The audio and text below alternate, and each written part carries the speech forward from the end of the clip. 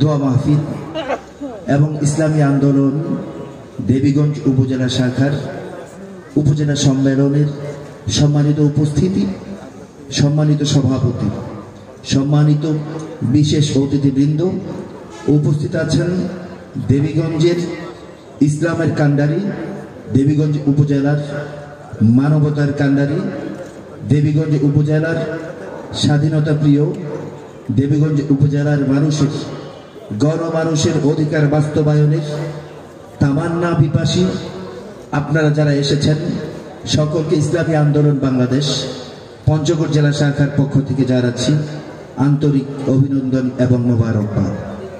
আল্লাহ তাআলা আমাদেরকে পবিত্র মাহে রমজানের দ্বিতীয় দশকের প্রথম দিনে ইফতারের পূর্বে মুহূর্তে এখানে একত্রিত হওয়ার তৌফিক দান করেছেন।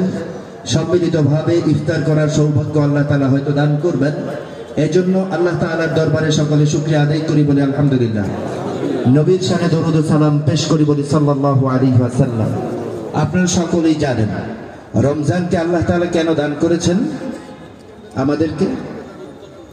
তাকওয়ার জন্য। কিসের জন্য? তাকওয়ার জন্য। তাকওয়া হলো আল্লাহ তাআলার ভয়। প্রত্যেকটা সেক্টরে আল্লাহ তাআলার ভয় করা। এমনটা নয়, আল্লাহ তাআলা বলেছেন, হে ঈমানদারগণ, তোমাদের উপরে রমজানের রোজাকে ফরজ করেছি, এজন্য এভাবে যেভাবে ফরজ করেছিলাম পূর্ববর্তী উম্মতদের মধ্যে। কেন ফরজ করেছি? যাতে তোমরা তাকওয়া অর্জন করতে পারো। এই তাকওয়াটা ভয় অর্জন করতে পারো আল্লাহ তাআলার প্রতি। এই ভয়টা কি আমরা শুধু রমজানে সীমাবদ্ধ রাখবো, নাকি রমজানের বাহিরেও এই ভয় সীমাবদ্ধ থাকবে? বলেন, এ ভয় রমজানের ভিতরে না রমজানের বাহিরেও? এ ভয় শুধু ইমামের না ইমাম মুয়াজ্জিনেরও? এ ভয় শুধু ইমামের না মুসল্লিরও? এ ভয় শুধু হুজুরের না বক্তারও? এ ভয় শুধু শিক্ষকের না ছাত্ররও?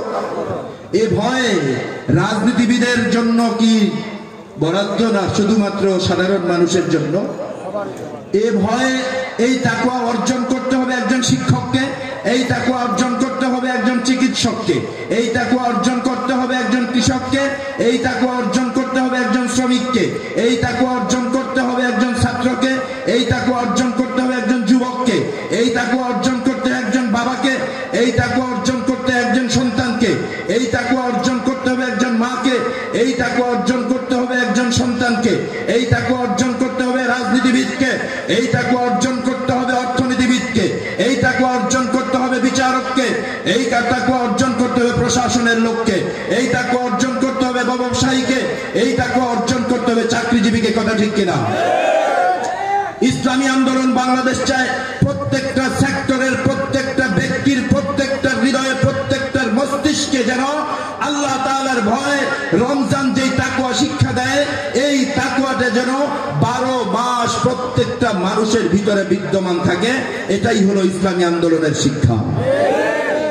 তাই ইসলামী আন্দোলনের ছায়াতলে এসে, পতাকা তলে এসে, যদি রাজনীতিবিদের ভিতরে, যদি বিচারকের ভিতরে, যদি চিকিৎসকের ভিতরে, যদি ছাত্রের ভিতরে, যদি শিক্ষকের ভিতরে, যদি কৃষকের ভিতরে, যদি শ্রমিকের ভিতরে 12 মাস আল্লাহ তাআলার ভয় থাকে, তাহলে এ দেশের টাকা বাহিরে পাচার হয় না, তাহলে এ দেশে অন্যায় অবিচার হয় না, তাহলে এ দেশে ধর্ষণ লুটতরাজ হয় না, তাহলে এ দেশে বিনা দোষে মানুষকে 14 বছর কারাদণ্ডে দণ্ডিত হয়ে জেলখানায় থাকতে হয় না। কথা ঠিক কিনা? এই ঘটনাগুলো বাংলাদেশে ঘটেছে কি ঘটে নাই? কেন ঘটেছে? কাদের দ্বারা ঘটেছে? কারা ঘটিয়েছে? যাদের মধ্যে জবানে ছিল আল্লাহর ভয়, হৃদয়ে তাদের ভয় আল্লাহর ছিল না। কথা ঠিক কিনা? তারা স্টেজে দাঁড়াইলে আল্লাহর ভয়ের কথা বলতো, ইসলামের কথা বলতো, কিন্তু পর্দার আড়ালে তারা বলতো না। তাই আসুন, আমি সংক্ষিপ্ত সময়ের কথায় আমি যা বুঝাতে চেয়েছি তা কি আপনারা বুঝতে পেরেছেন? ভয় কখন হবে? শুধু রমজানে? শুধু রাতের বেলা খাবার সামনে নিয়ে? শুধু ইমাম হলে, মুয়াজ্জিন হলে, শিক্ষক হলে?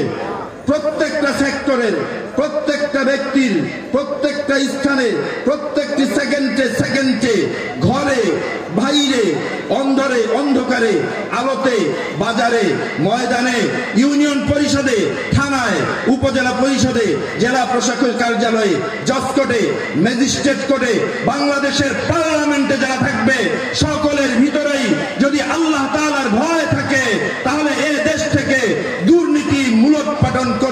সময়ের ব্যাপার মাত্র।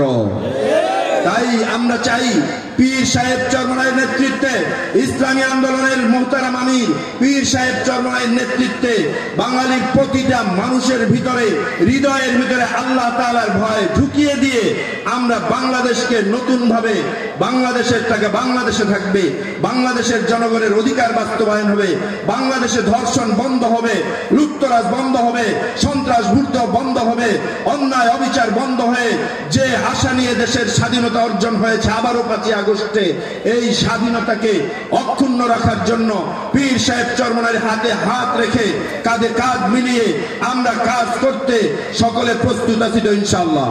আল্লাহ তাআলা সকলকে তৌফিক দান করে বলি আমিন। আলহামদুলিল্লাহ, আল্লাহ তাআলা আমাদেরকে কাজ করার তৌফিক দান করে। আমি